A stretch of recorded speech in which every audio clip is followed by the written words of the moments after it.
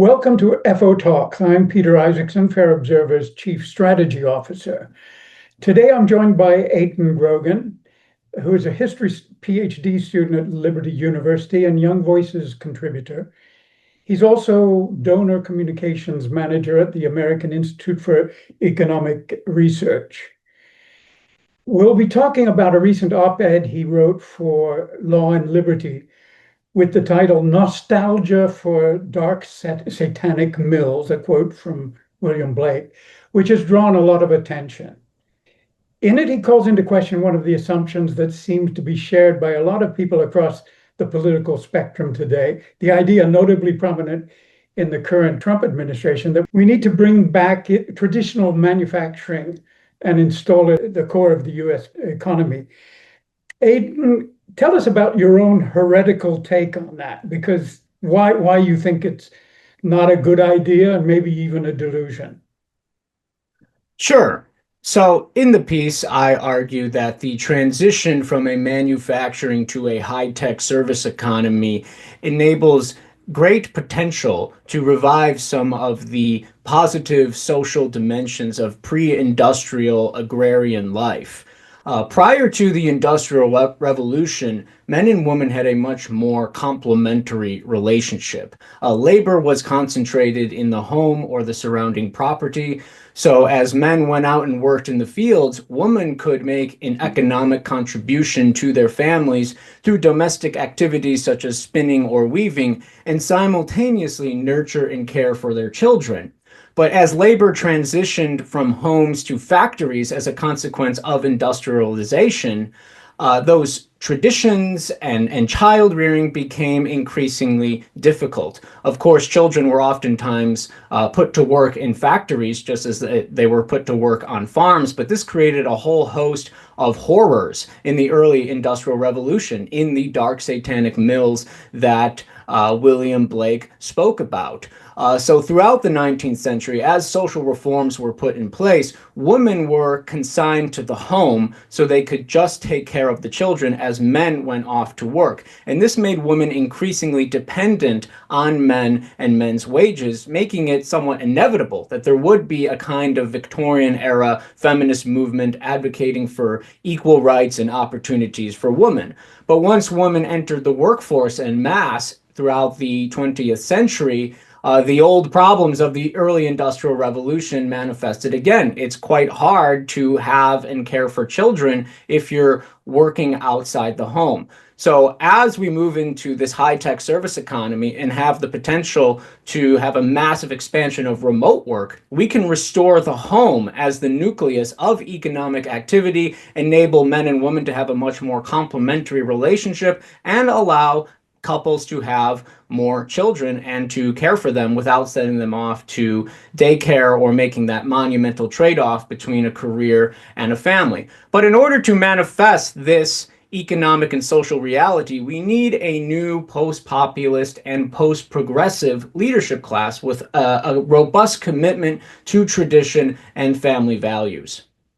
So what would you say to people who object that you are trying to reverse history and history doesn't allow itself to be reversed? The economic populists are trying to reverse history by going back to manufacturing. The trajectory of economic progress and economic development is from agriculture to manufacturing to services.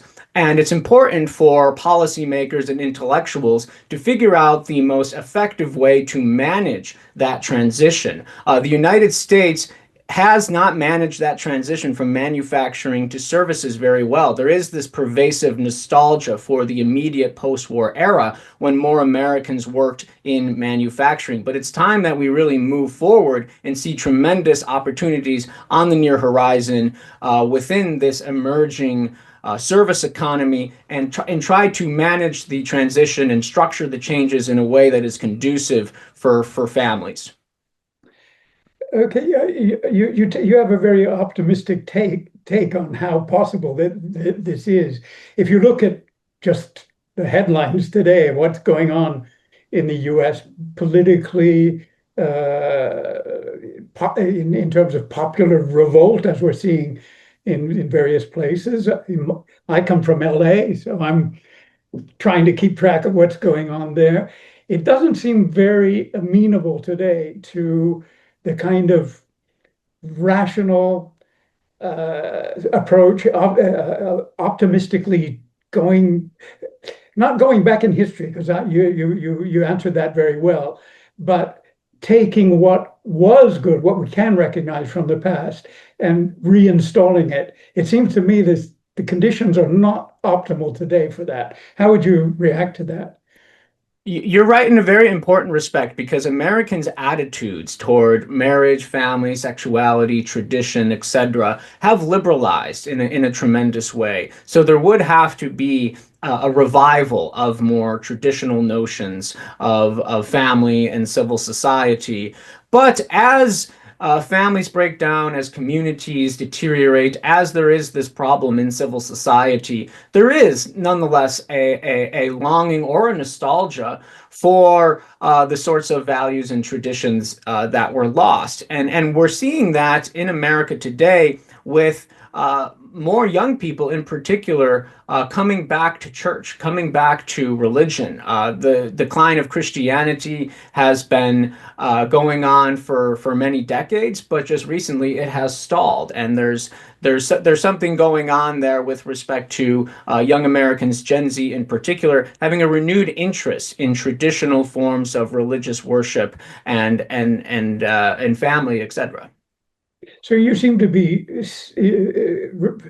describing a situation in which there are competing nostalgias.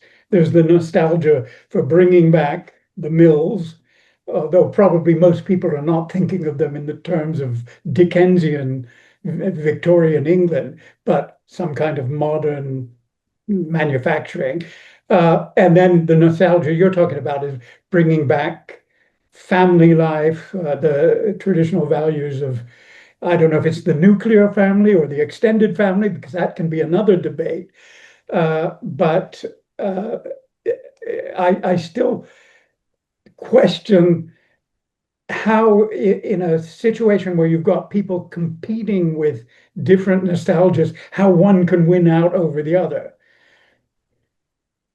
I would argue that the nostalgia for tradition and family is just a resurgence of the natural law, whereas the nostalgia for manufacturing is just a longing for a previous stage of economic development. In any culture, it's always universally recognized that children should be raised in two-parent homes. That's sort of a universal sociological law. In every culture, there's some form of religious worship. That is also something which is natural and inevitable to human nature. So while there is this pervasive nostalgia for the Dark Satanic Mills, so to speak, that is a period of history which cannot be brought back. But natural law is universal and timeless, and it will remanifest itself in one way or another. At one point in the article, you seem to express your kind of ideal. And when I look at American society, I come from American society. I've been a French citizen for 35 years. I live in France, so I'm looking in from the outside. But it seems to me that it's really difficult to identify the kind of attitudes and sectors of population that correspond to the ideal you're talking about. Now, correct me if I'm wrong. You evoke what you call a refined conservative outlook as the ideal you would like to see reinstalled. To my mind, that evokes people like David Brooks or maybe even William Buckley. Is that the kind of context that you're thinking about and talking about? And do you think that can realistically impose itself? That is precisely accurate. I do advocate for the cultivation of a new post-populist elite with a more refined conservative outlook. So William F. Buckley would be a great example of that, and simultaneously having a commitment to free markets as Buckley did.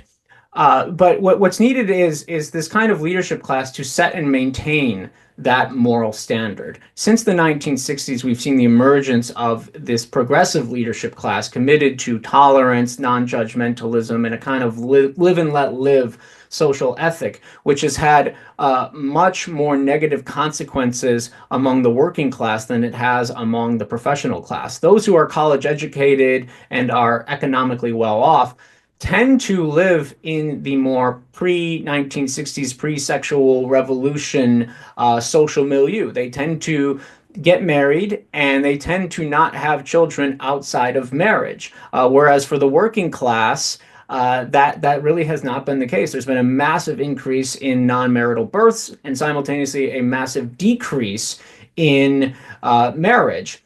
And a lot of this has to do with the various ways in which social norms and American culture have been changed after the 1960s. So prior to the 1960s sexual revolution, if a woman had conceived a child outside of marriage, there was tremendous pressure to get married because it was understood that there is a kind of natural law, as I was speaking about, that says that kids should be born to parents who are married. All of that went away, and we've seen very negative effects among those from disadvantaged backgrounds, and that has actually impeded their upward mobility. We're seeing kind of an intergenerational cycle of broken homes.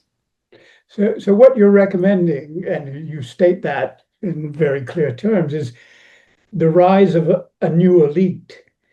Now, when we talk about, and a lot of people are talking about the failure or the cancellation of democracy, how do you reconcile the idea that we need an elite to lead us forward, an elite that doesn't exist today or doesn't exercise power today, and how does that come about in a democracy? And are we talking about democracy?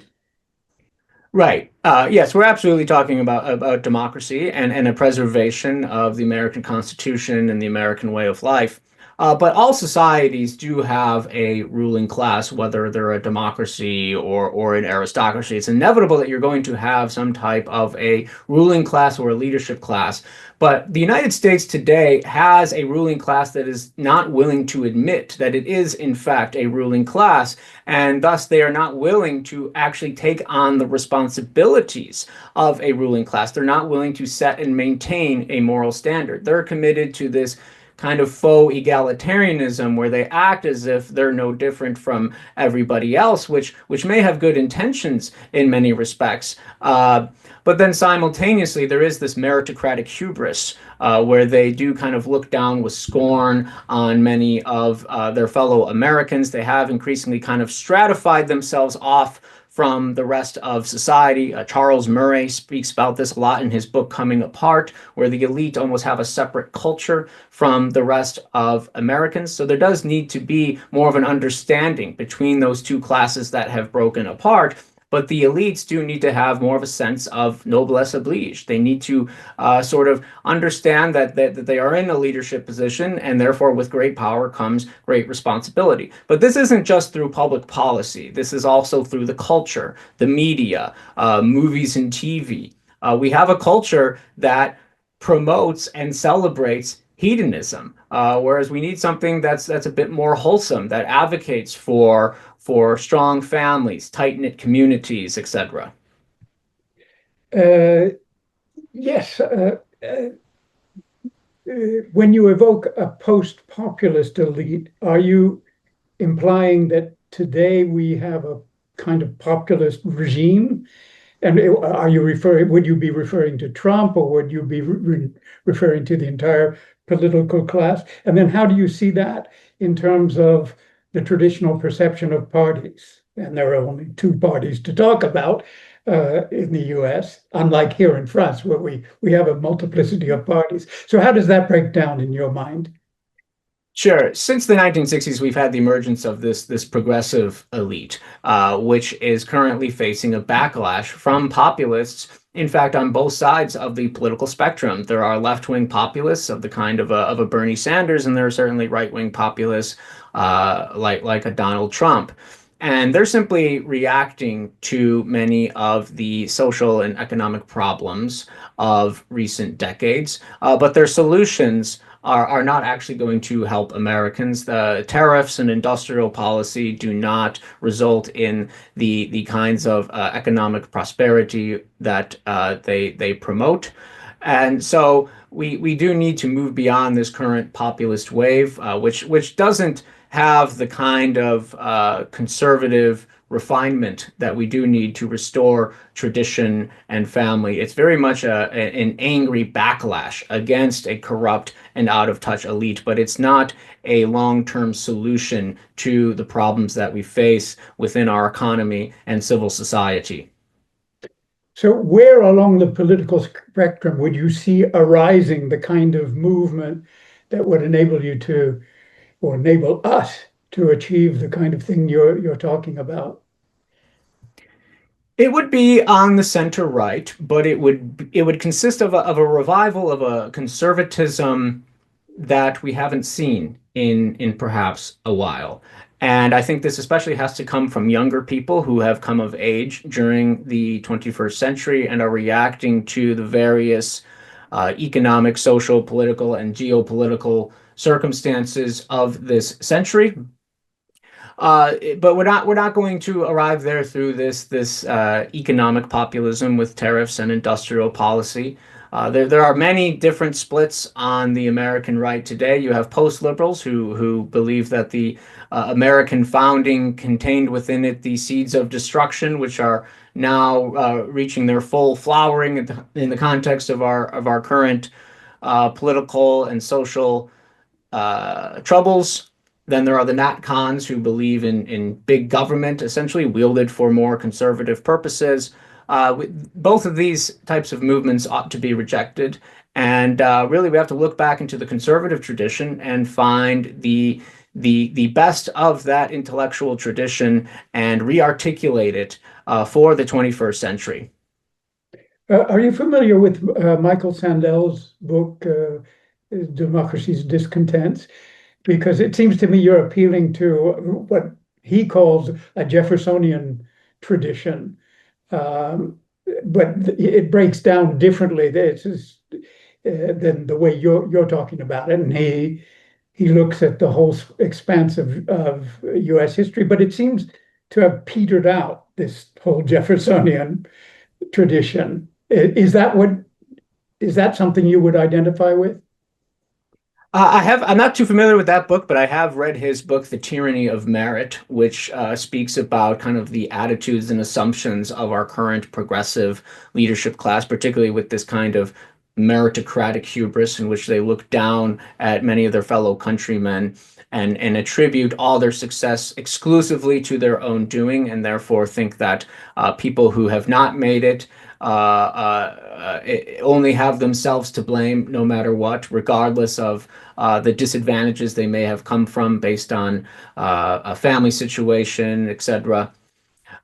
So I do identify with that sort of argument against today's elites, that they do have this meritocratic hubris, and they don't seem to really have a love for their fellow countrymen and a willingness to actually assist people and help them achieve this kind of upward mobility. There's more of a disdain for their fellow countrymen. So are you aware of how difficult it would be to get all these different people whom you describe, all these different uh, ideologies and trends of thinking and organizing, uh, to get the kind of order you're talking about just created in people's minds and spread? And what are the means of doing that? I mean, obviously, education would play an important role, but education seems to be in a total crisis in the U.S. today. So how would you do that?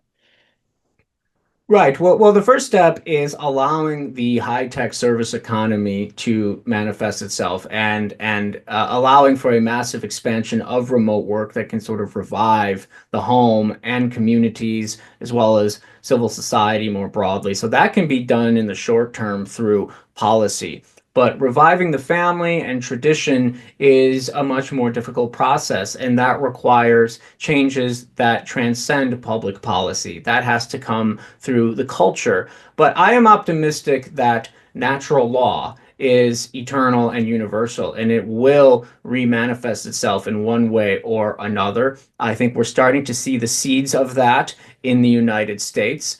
So time, it remains to be seen to what extent that continues to grow. But it is somewhat of an inevitability that people will kind of return to an anchor that recognizes that family is important, traditions are important, community is important. We are not just atomized individuals existing exclusively on our own as just rights-bearing individuals. We are part of a greater whole. We are part of communities. Hillary Clinton once said that it takes a village to raise a child, and by That's that she actually meant. an African proverb. Okay, Yeah, interesting. Yes, and by Hillary Clinton saying that, she of course meant it takes the government to raise a child. yeah. But in reality, it does take a village, a real village, a community at the local level, including families, extended families, civil society organizations, churches, etc. And that's the kind of revival that we need to see in America to manifest this new type of vision. So in your article, you say that the new generation embraces free markets. Now, that's another question that you have to raise when you look at reality. Are there free markets? Are the marketplaces we see today free? And you talk about the hope that the tech industries will create new types of jobs, new types of opportunities. But when you look at how that marketplace is structured, you've got monopolies, you've got what Yanis Varoufakis calls techno-feudalism. Isn't there a contradiction there? You're hoping that that kind of development is going to permit the cultural shift that you're talking about. But it would seem to me, I'm just criticizing from the outside, that you're facing a big contradiction. It will certainly be a conflict, but the historical trajectory of market capitalism is creative destruction. So yes, old jobs and old ways of being are destroyed, but it does allow for the flourishing and emergence of new jobs and new modes of being. So as these older jobs go away, and as AI replaces certain amounts of jobs or certain types of jobs, there will be new jobs that emerge. And so we need to ensure that Americans have the necessary education and skills to keep up with the dynamic changes of the 21st century economy, instead of trying to go back to the old ways of being and the old ways of the economy.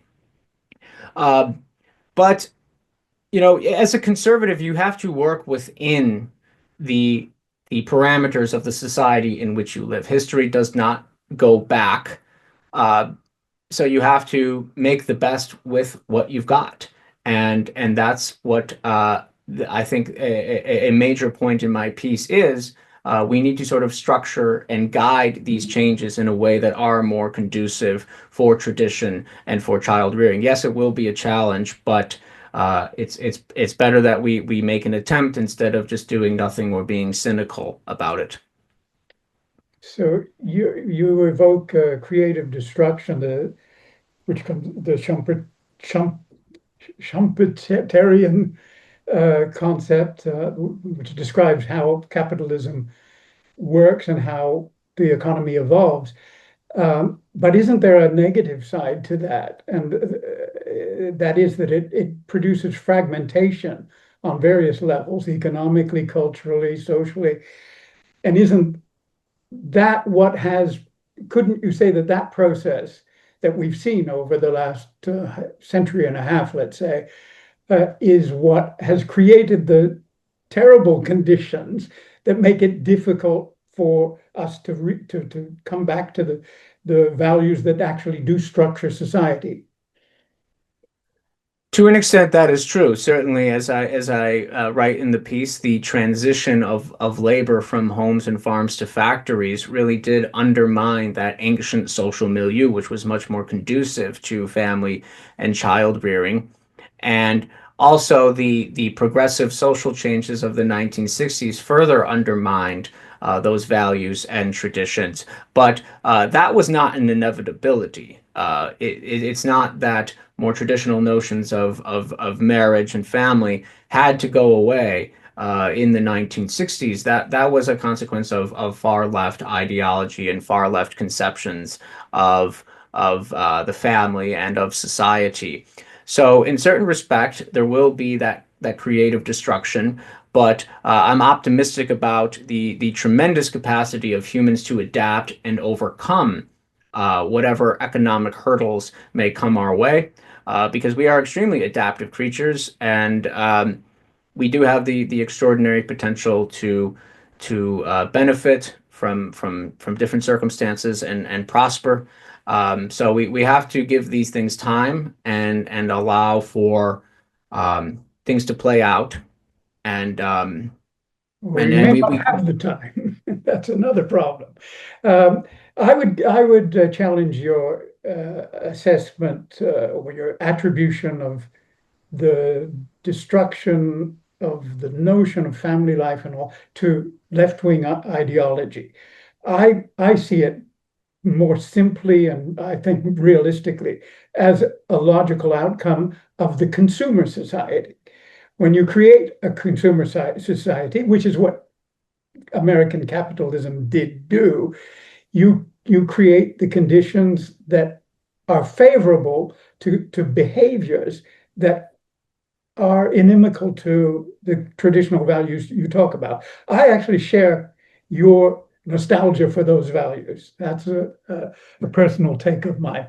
But I don't share your analysis that it comes from ideology. I think it comes from the system itself.